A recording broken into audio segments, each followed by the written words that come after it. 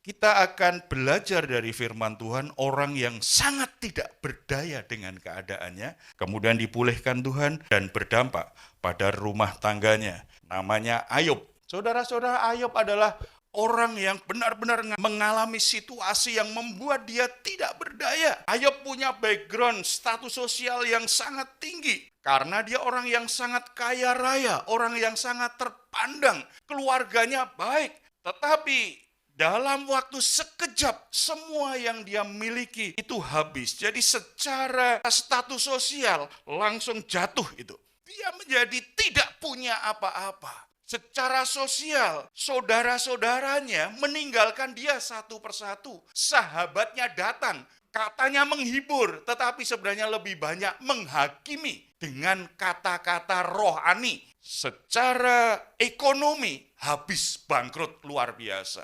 Tidak punya apa-apa. Secara fisik, Ayub menderita penyakit yang sangat mengerikan. Seluruh badannya terkena borok, bau, gatal-gatal, bahkan saking tidak kuat, dia hanya garuk dengan jari-jarinya, dia ambil beling, dia gosok, berarti sakit luar biasa.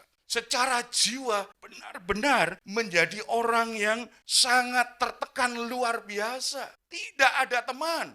Teman datang juga menghakimi dia. Bahkan istrinya harusnya menjadi penolong saat dia menderita sebagai suami.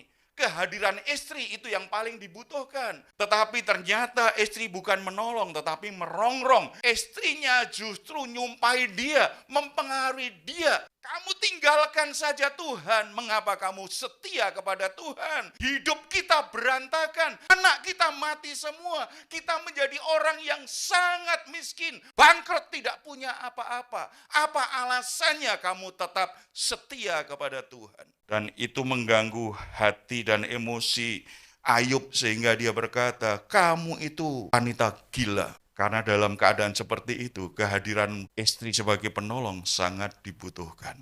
Benar-benar tidak berdaya. Tidak sanggup mengatasi apapun. Tidak bisa.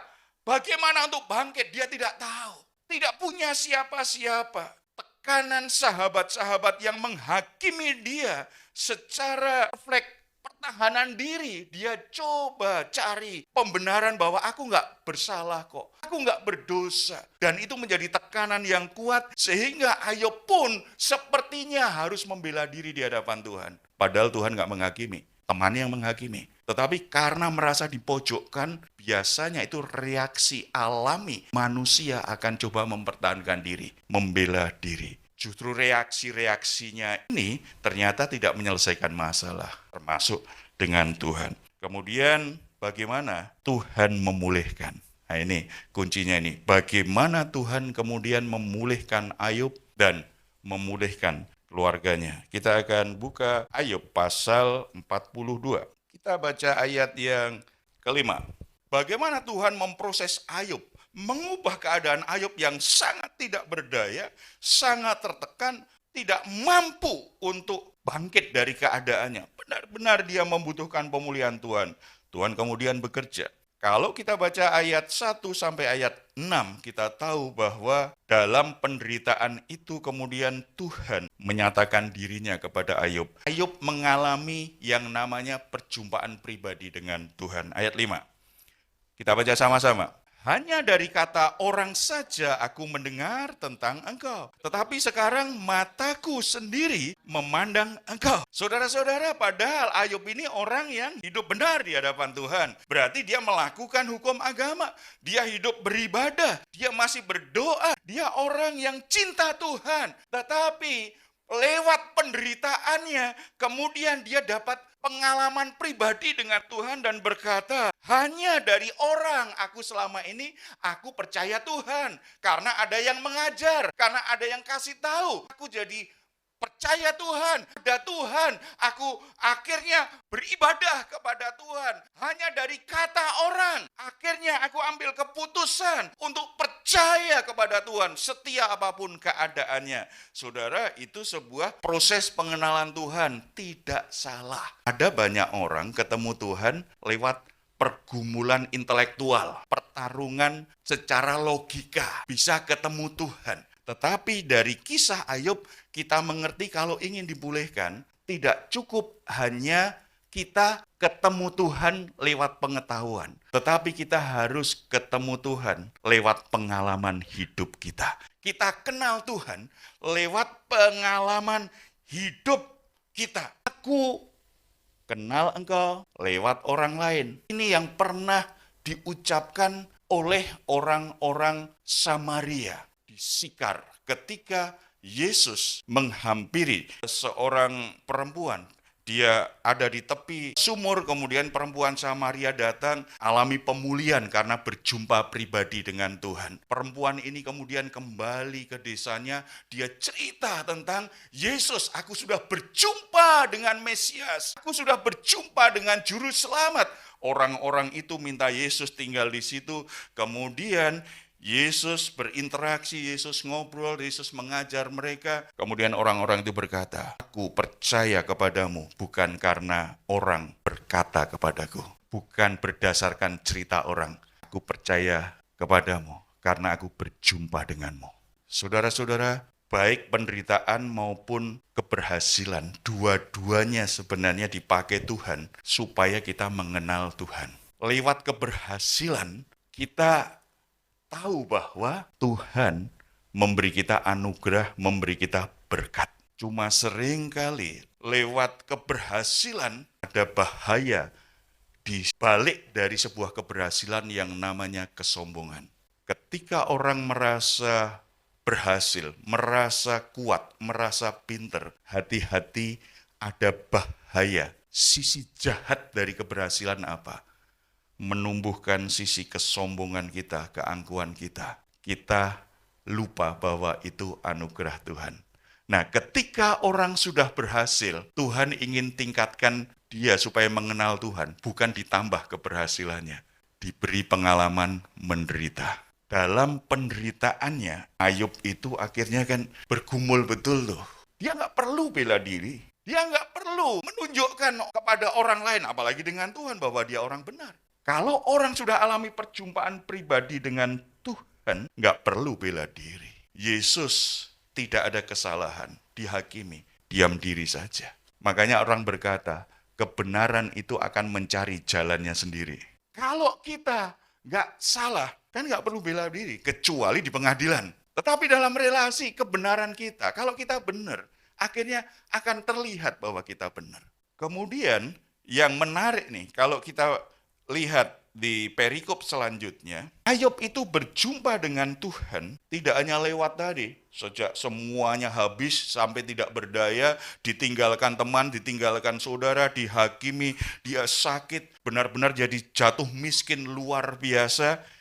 Kemudian dari situ ada kesadaran baru bahwa ternyata sebenarnya Tuhan tetap bersama dengan aku. Tuhan tidak meninggalkan aku. Saudaraku meninggalkanku, teman-temanku meninggalkanku, sahabatku yang masih peduli ternyata justru membuat aku malah semakin merasa bersalah. Karena hanya menghakimi saja, hanya melihat bahwa kalau orang menderita pasti berdosa. Itu pandangan pada masa itu. Sayangnya banyak orang Kristen juga hanya melihat orang menderita pasti berdosa. Hanya satu sisi. Tetapi lewat semua itu, Tuhan menyatakan kepada Ayub sisi lain dari pribadi Tuhan ternyata. Tidak hanya ada di keberhasilan, tetapi juga ada di dalam penderitaan. Tidak hanya dalam suasana nyaman damai sejahtera, tetapi juga lewat badai. Kita baca ayat yang ke-6. Ayat 6, oleh sebab itu aku mencabut perkataanku dan dengan menyesal aku duduk dalam debu dan abu. Ini orang benar, tetapi setelah itu dia bertobat, menyadari kesalahannya terhadap Tuhan. Kemudian Tuhan juga menyatakan sesuatu yang luar biasa kepada Ayub. Kita perhatikan ya, kita baca di pasal 40 ayat 1. Maka dari dalam badai Tuhan menjawab Ayub. Saudara-saudara, kita sebagai orang Kristen, dalam pikiran kita otomatis, kalau Tuhan menjawab aku, pasti lewat khotbah, lewat aku baca Alkitab, lewat suasana yang penuh damai sejahtera. Tetapi di sini Tuhan berkata apa? Tuhan menyatakan dirinya kepada Ayub dari dalam badai. Sepertinya Tuhan ingin menegaskan, hidupmu yang sedang mengalami badai kehidupan luar biasa, hidupmu ada dalam kegelapan, aku tetap ada di situ. Aku tidak meninggalkanmu. Ini kan sebuah pemahaman, pengenalan akan Allah yang lebih utuh. Tidak hanya ada ketika situasinya baik-baik saja. Tidak hanya ketika orang sehat-sehat saja. Bukan ketika rumah tangganya baik-baik saja. Bukan ketika pekerjaannya lancar, usahanya itu berkembang. Bukan ketika situasinya enak-enak saja. Kita bisa memuji Tuhan, bisa menyembah Tuhan dengan baik. Tidak, Tuhan berbicara kepada Ayub dari dalam badai. Bukankah kita sebagai orang Kristen itu kita suka membatasi pribadi Tuhan hanya berdasarkan satu pengalaman atau hanya berdasarkan pengetahuan yang sebenarnya cuma secuil tentang Tuhan. Lalu kita pikir Tuhan itu ya hanya seperti itu. Kegagalan banyak orang Kristen bukan karena tidak ibadah lagi, tidak berdoa dan melayani, tetapi karena membatasi pengenalan akan Tuhan hanya berdasarkan pengetahuannya yang sangat secuil itu dan pengalamannya juga yang sangat sedikit dengan Tuhan. Situasi-situasi yang gak enak seringkali dipakai Tuhan supaya kita lebih kenal Dia. Ada sisi yang lain kamu gak kenal tentang aku. Ayub sampai tahap itu tuh. Ketika kita bisa seperti ini, sebenarnya kita sudah masuk di proses Tuhan untuk memulihkan hidup kita. Karena sudah pengenalan kita akan Tuhan sebelumnya, itu sudah menjawab berbagai pergumulan masalah hidup kita untuk terus bertumbuh, untuk berubah. Tetapi kalau kita berpikir Tuhan hanya begitu, maka ketika kita dihadapkan situasi yang berbeda sama sekali dari yang selama ini kita alami, kita juga tetap seperti itu. Akhirnya kejebak perdebatan seperti teman-teman Ayub dan Ayub, bahwa orang menderita pasti berdosa. Yang dihakimi merasa harus bela diri. Aku nggak salah kok. Aku nggak ada dosa kok. Dan itu kalau perdebatan itu lebih lanjut, Ayub sebagai orang yang saleh, sebagai orang yang baik akan kejebak dengan kesombongan. Aku nggak layak dong dihukum Tuhan. Karena pemahaman bahwa menderita pasti berbuat dosa. Enggak. Ternyata banyak ya. Masalah itu ternyata ada banyak faktornya. Tetapi prinsipnya sama. Supaya kita belajar lebih dalam, lebih utuh tentang pribadi Tuhan. Nah, kalau kita sampai di situ, sudah masuk proses pemulihan Tuhan. Itu sudah baik itu, walaupun masalahnya belum selesai. Saya punya teman sangat kecewa sekali dengan ayahnya, seorang hamba Tuhan. Akhirnya dia tidak hanya nggak mau ke gereja, tetapi dia benci dengan gereja. Hampir ateis, mulai terlibat dengan gaya hidup yang tidak benar. Tinggalkan rumah, tidak mau lagi komunikasi dengan keluarga. Padahal ayahnya ini hamba Tuhan gereja besar, hidupnya nyaman. Tetapi ada masalah, ternyata bukan soal itu kan yang membuat dia tinggalkan Tuhan. Ketika dia tinggalkan jauh dari keluarga, alami situasi yang sangat berat dan menakutkan sekali. Dalam keadaan dia tidak berdaya menghadapi situasi itu, tidak mampu mengatasi ketakutannya, itulah akhirnya dia tahu harus teriak kepada siapa? Kepada Tuhan. Kisah-kisah seperti itu kalau saya ingat, itu penghiburan bagi kita sebagai orang tua. Apa yang pernah kita ajarkan kepada anak-anak kita nggak pernah sia-sia. Bahkan ketika ada anak dari keluarga Kristen tertentu tersesat sekalipun, masih ada harapan. Karena firman Tuhan pernah kita ajarkan. Firman Tuhan pernah tertanam dalam pikiran dan hatinya waktu kecil kita ajarkan. Kita doakan mereka supaya diberkati Tuhan. Dan itu tidak sia-sia. Jadi Bapak Ibu tidak sia-sia kalau kita membesarkan anak, mengajar anak untuk mengerti firman Tuhan, mendoakan supaya diberkati Tuhan ya. Tetapi juga jangan berpikir bahwa 100% anak kita setelah itu pasti seperti harapan kita. Kalau kita berpikir begitu, nanti kita akan kecewa berlarut-larut. Karena anak kita harus menghadapi dunianya sendiri. Saya kenal banyak anak hamba Tuhan yang sangat berpengaruh, terkenal. Banyak sekali yang kehilangan arah. Bahkan saya pernah ketemu seorang pria yang habis cerai, kemudian ketemu saya. Ngobrol-ngobrol jalan baik. Tetapi begitu saya mau doakan, dia menolak. Enggak Pak, nggak ada artinya. Saya dari kecil didoakan papa mama, tetap aja saya nikah berantakan juga. Yang dibutuhkan untuk dia apa? Kan anugerah Tuhan. Saya harus menjadi saluran kasih karunia Tuhan. Nggak perlu seperti sahabat Ayub, khotbah panjang-panjang menghakimi. Dia sudah banyak tahu. Itu bagian dari pergumulan. Walaupun dia nggak mau saya doakan, tetapi di hati saya berdoa, Tuhan, saya ingin lewat masalah rumah tangganya, dia alami perjumpaan denganmu. Dia sadar bahwa engkau tidak meninggalkan dia. Dia tetap dikasihi oleh Tuhan. Karena saya tahu kalau dia punya pengalaman itu, walaupun berat, nanti dia akan dipulihkan Tuhan untuk hidupnya tuh. Mengalami perjumpaan pribadi dengan Tuhan. Jangan berpikir hanya ketika kita dengar Injil, kita percaya, berdoa, terima Tuhan Yesus, sudah selesai. Enggak. Itu kan satu bagian bahwa Yesus adalah juru selamat. Kita berjumpa, mengalami itu, kita dilahirkan kembali. Tetapi setelah itu kita mesti bertumbuh terus dalam pengenalan akan Kristus. Itu tidak hanya lewat firman Tuhan, tetapi pengalaman hidup. Jadi itu anak-anak yang merantau jauh ke negeri orang, papa mama hanya bisa mengajarkan ketika masih ada batas kita bisa komunikasi. Tetapi kan hari-hari kalian lebih banyak berinteraksi dengan teman, dengan sahabat sendiri. Dengan papa mama pasti sangat berkurang. Ketika kalian punya masalah, ketika kalian dihadapkan situasi sulit, Tuhan tetap bersamamu. Ketika kalian gak nyaman atau takut untuk diskusi, untuk memberitahu orang tua, karena tahu ini sesuatu yang bisa sensitif ini untuk orang tua. Kenapa tidak konsultasi dengan Tuhan? Minta hikmat Tuhan. Apalagi ketika dalam keadaan yang sangat berat, ada Tuhan yang menyertaimu. Orang tua tidak bisa menyertaimu sepanjang hidupmu. Bahkan kalau sudah nikah, harus keluar dari rumah, meninggalkan orang tua. Tetapi Tuhan tetap menyertaimu. Pengenalan akan Tuhan ini harus meningkat setiap saat seperti itu. Makanya diberi pengalaman. Ada kalanya Tuhan bawa naik. Ada kalanya Tuhan izinkan kita ambruk. Ada kalanya Tuhan beri kita keberhasilan. Ada kalanya Tuhan izinkan ada masalah. Bahkan seperti Ayub, Tuhan izinkan itu setan memporak-porandakan kehidupan Ayub. Karena Tuhan memberi kesempatan Ayub untuk lebih mengenal dia lebih utuh. Mengenal manusia saja, tinggal satu rumah aja kadang-kadang masih ada bagian kita masih perlu belajar lagi ya. Apalagi Tuhan yang maha misteri.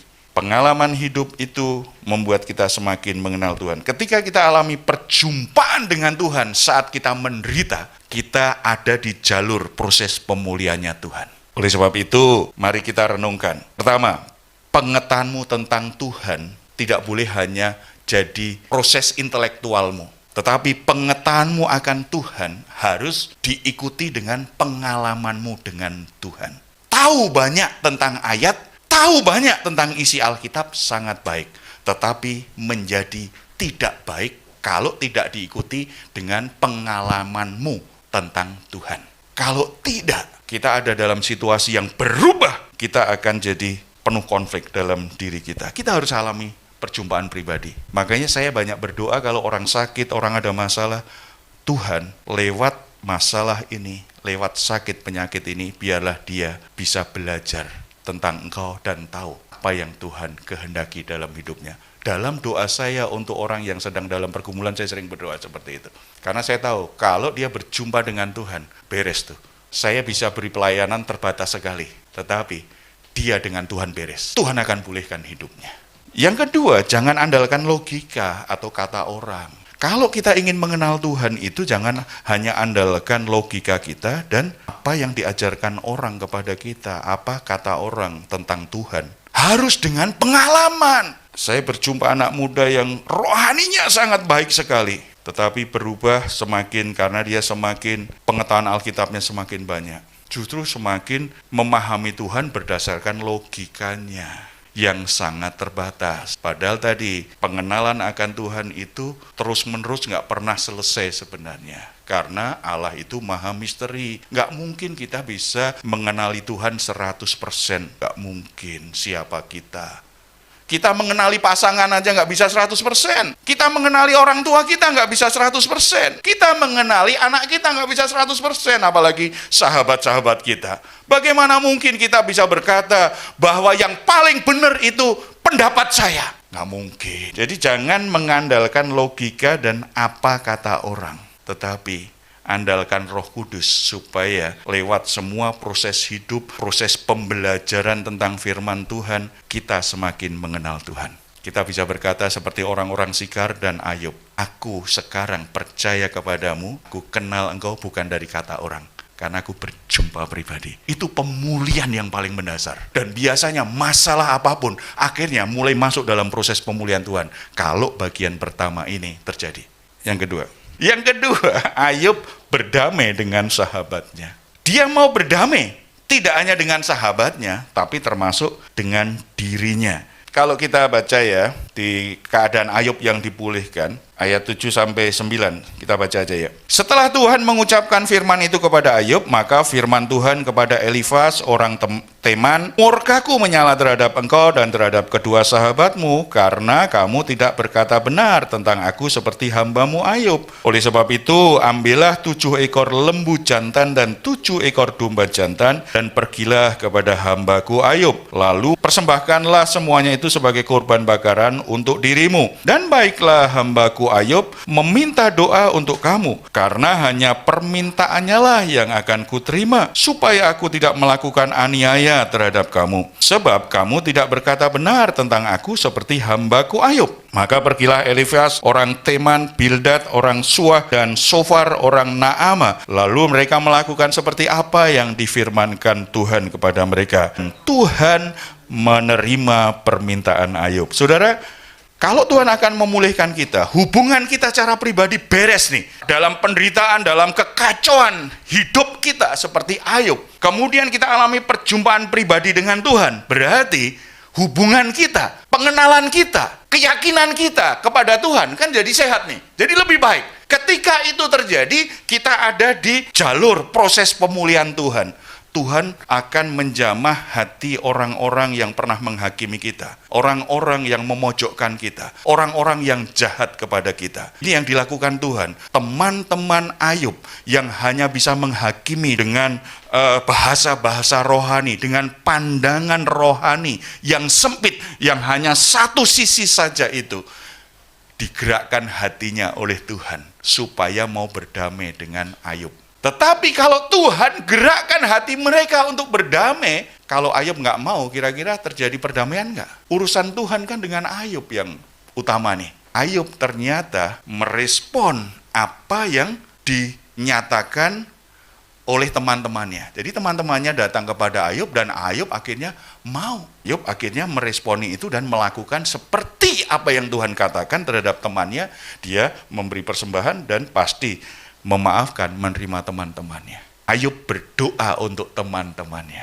Tuhan menerima doa Ayub itu. Saudara-saudara, Tuhan bisa bekerja dengan berbagai macam cara untuk menyelesaikan masalah-masalah kita, termasuk masalah-masalah relasi kita dengan orang lain. Tetapi kalau hati kita tetap mengeras, hati kita tetap pada prinsip, pokoknya aku nggak salah, aku yang jadi korban. Ketika orang menempatkan dirinya sebagai korban, itu tanda orang pahit hati. Gampang nebak. Kalau saudara ketemu orang, selalu cerita dia korban, orang lain yang jahat, itu masih luka hati.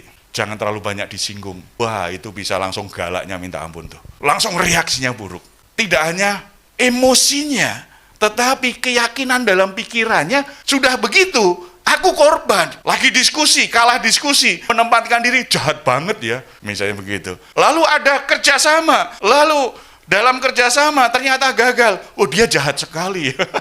Dia nggak menjadi, selalu menempatkan diri dia korban. Aku menderita karena orang lain jahat kepadaku. Aku menderita, hidupku susah karena orang lain tidak peduli kepadaku. Aku gagal karena ada orang lain yang iri denganku. Ada orang lain yang tidak mau mendukung aku. Nah, kalau selalu menempatkan dirinya jadi korban, itu tanda orang pahit hati, itu luka hati. Kita bisa terima kenyataan. Ada kalanya memang kita bisa gagal. Kita bisa punya masalah. Itulah hidup. Berarti kita masih hidup di dunia, masih bernafas, masih ada masalah. Ya, Ayub merespon karena Ayub semakin mengenali. Ini cara Tuhan ini, ingin pulihkan hidupku. Kok teman-temanku mendadak berubah? Tidak lagi sok rohani, tidak lagi khotbah denganku ini. Tidak lagi menghakimi, tetapi datang, minta maaf, lalu menyampaikan pesan Tuhan. Harus kasih persembahan, korban. Kita lakukan sama-sama dan kamu harus berdoa untuk kami. Sesuatu yang berubah kan?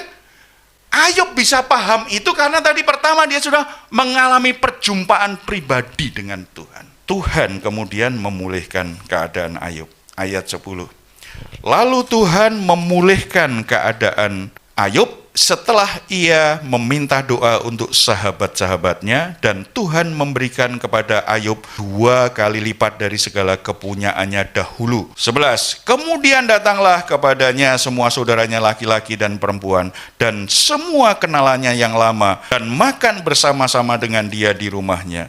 Mereka menyatakan turut berduka cita dan menghibur dia oleh karena segala malapetaka yang telah ditimpakan Tuhan kepadanya. Dan mereka masing-masing memberi dia uang 1 kesita dan sebuah cincin emas. Tuhan memberkati Ayub dalam hidupnya yang selanjutnya lebih daripada dalam hidupnya dahulu. Ia mendapat 14.000 ekor kambing domba dan 6.000 unta, 1.000 pasang lembu dan 1.000 ekor keledai betina. Ia juga mendapat 7 orang anak laki-laki dan 3 orang anak perempuan. Dan anak perempuan yang pertama diberinya nama Yemima, yang kedua Kesia, dan yang ketiga Keren Habuk. Saudara-saudara, pemulihan yang Tuhan kerjakan luar biasa. Hubungannya dengan Tuhan pulih.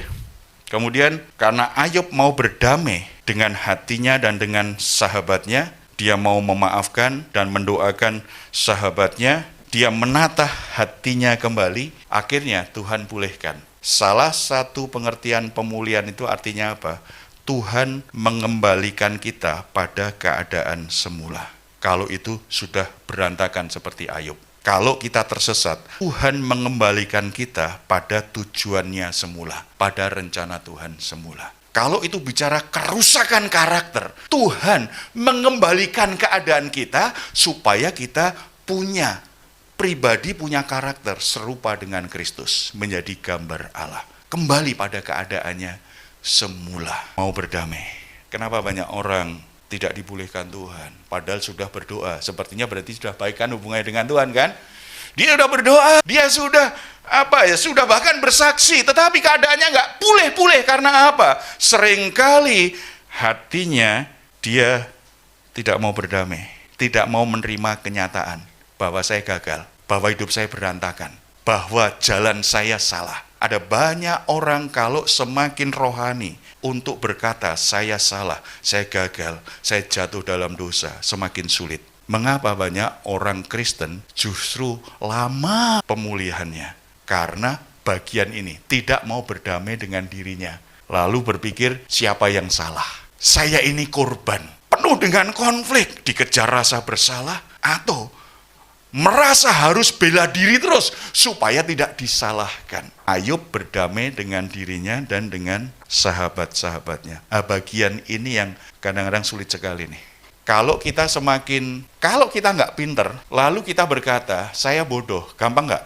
Gampang. Tetapi kalau kita pinter berprestasi, lalu kita berkata, oh aku salah, aku bodoh banget ya, lebih sulit. Saya dulu kadang-kadang menghakimi orang kalau dia pelayanan, setelah itu dia tersinggung. Karena ada yang menegur atau ada dia misalnya dia jadi pengurus mendadak tidak diberi kesempatan, dia tersinggung. Tetapi dalam perjalanan saya semakin mengerti, ternyata tidak selalu karena dia ambisius. Kadangkala saking tulus, begitu tulusnya dia melayani, ketika apa yang dia lakukan itu akhirnya sepertinya diambil orang, dirampas orang, dan dia tidak bisa lakukan. Ada yang hilang itu, dia sedih banget. Karena sedih banget dia bisa jadi marah. Kalau kita sedih itu kan bisa marah kan? Orang yang kita kasih dipanggil Tuhan, kita bisa marah dengan Tuhan.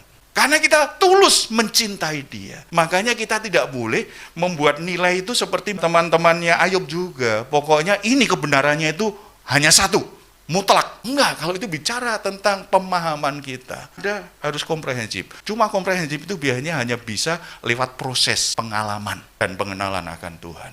Pengalaman hidup dan pengenalan akan Tuhan, kita semakin komprehensif. Ayub berdamai dengan dirinya. Aku memang bangkrut, aku nggak punya apa-apa, anak-anakku mati semua, istriku merongrong aku. kayak wanita gila. Sahabatku menghakimi, dia menerima, aku penuh dengan borok, aku sakit. Berjumpa dengan Tuhan membuat dia bisa terima keadaannya, berdamai. Inilah aku. Temannya datang, gak apa-apa, aku memaafkanmu, aku akan berdoa. Ini yang diajarkan Yesus kan. Kualitas iman Kristen apa? Bukan hanya memaafkan atau mengampuni. Doakan, berkati musuhmu. Itu kualitas hidup orang Kristen tuh. Mengampuni sudah sulit, tetapi mendoakan musuh loh yang disebut Yesus loh. Bukan orang yang sudah berdamai loh. Memberkati mereka.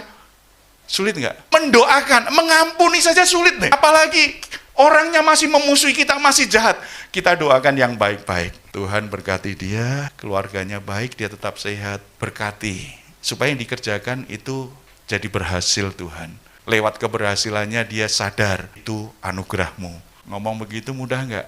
Untuk orang yang jahat dengan kita. Sulit sekali. Untuk mengampuni, sulit juga. Tetapi sebenarnya mengampuni itu satu tahap. Iman Kristen kualitasnya tidak hanya berhenti di mengampuni. Doakan, berkati. Ketemu orang masih jahat itu, tetap aja kita ketemu langsung salaman, tulus itu hati kita. Gimana kabarmu? Keluargamu sehat nggak? Maaf ya, lama aku nggak kontak. Baik-baik ya kamu ya. Walaupun orangnya malu karena di depan orang lain pura-pura dia senyum, kita tahu sebenarnya dari sorot matanya nggak suka. Tetapi kita tulus menyapa. Mudah nggak? Itu hanya orang yang bisa berdamai dengan dirinya. Yang bisa. Itu pulih dirinya. Karena dirinya pulih, bonusnya Tuhan akhirnya buat keluarganya pulih tuh. Ekonomi keluarga pulih 2 kali lipat. Cuma nggak disebutkan istrinya apakah dikasih Tuhan 2 kali lipat juga. Tetapi yang disebutkan adalah anaknya. Tuhan beri mereka keturunan. Sama berarti ya. Dan saudara-saudaranya yang melupakan dia, yang meninggalkan dia, mendatangi dia, ngajak makan sama-sama, setelah itu kasih uang tuh untuk memulihkan ekonominya. Karena memang sudah habis semua. Bagaimana mungkin dia bisa pulih kalau tidak ada yang menolong kan? Dibantu. Kalau Ayub tidak berdamai dengan dirinya, gengsi juga dibantu. Dia kaya raya sebelumnya. Tetapi karena berdamai dengan keadaannya, dia terima bantuan itu. Kan ini kan prinsip hidup ya. Ada kalanya kita itu jadi berkat. Ada kalanya kita diberkati orang.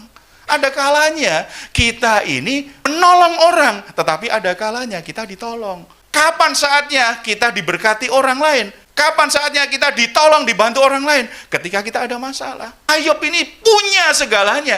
Nggak perlu bantuan orang lain selama ini. Tuhan kasih pengalaman. Dari situ Tuhan pulihkan keluarganya. Sangat baik sekali. Keluarganya lebih bahagia, keluarganya semakin diberkati Tuhan, dipercaya Tuhan dengan banyak hal. Jadi Bapak Ibu, mungkin di antara kita ada yang merasa tidak berdaya seperti itu. Mari kita belajar dari Ayub. Supaya kita dipulihkan Tuhan pribadi kita dan dampaknya kepada keluarga kita. Kata penutup, saya bacakan aja. Penghalang terjadinya pemulihan ada dalam diri kita. Bukan pada diri orang lain, bukan situasi dan kondisi. Tetapi ada dalam diri kita. Apa itu? Sok tahu, sok pintar, sok benar. Lalu berusaha membela diri. Membiarkan kemarahan sakit hati menguasai hati. Itu menghalangi proses pemulihan hidup kita secara pribadi maupun keluarga. Kalau di keluarga ada hal-hal seperti itu, pulihnya susah. Orang harus berdamai dengan dirinya, dengan situasi, dan dengan anggota satu dengan yang lain. Yang kedua, ketika kita bisa menyadari kehadiran Tuhan dalam penderitaan kita, walaupun masalahnya kelihatannya belum selesai, lalu kita mau mengakui sisi buruk hidup kita, kita berani jujur bahwa ada sisi buruk, sisi jahat dalam hidup saya. Dan saya salah memahami Tuhan selama ini. Lalu kita mau bertobat dengan rendah hati. Aku nggak layak. Kalau tidak sampai di situ, proses pemulihan mandek. Nggak akan terus berlanjut. Kita harus berani berdamai dengan diri sendiri, dengan orang lain. Sesakit apapun kita harus mau berdamai. Kalau tidak, proses pemulihan Tuhan tidak berjalan dengan baik. Masalahnya tidak hanya di kita, keluarga kita kena imbasnya, kena dampaknya. Mari kita lakukan bagian kita. Ada masalah nggak berdaya, itu baik. Penderitaan itu baik bagiku. Karena dari situ Tuhan ajarkan kita ketetapannya. Dari dalam badai Tuhan bicara, mengajar kita. Bukan dari cuaca yang terang, ternyata dari dalam badai pun Tuhan bisa berbicara. Haleluya.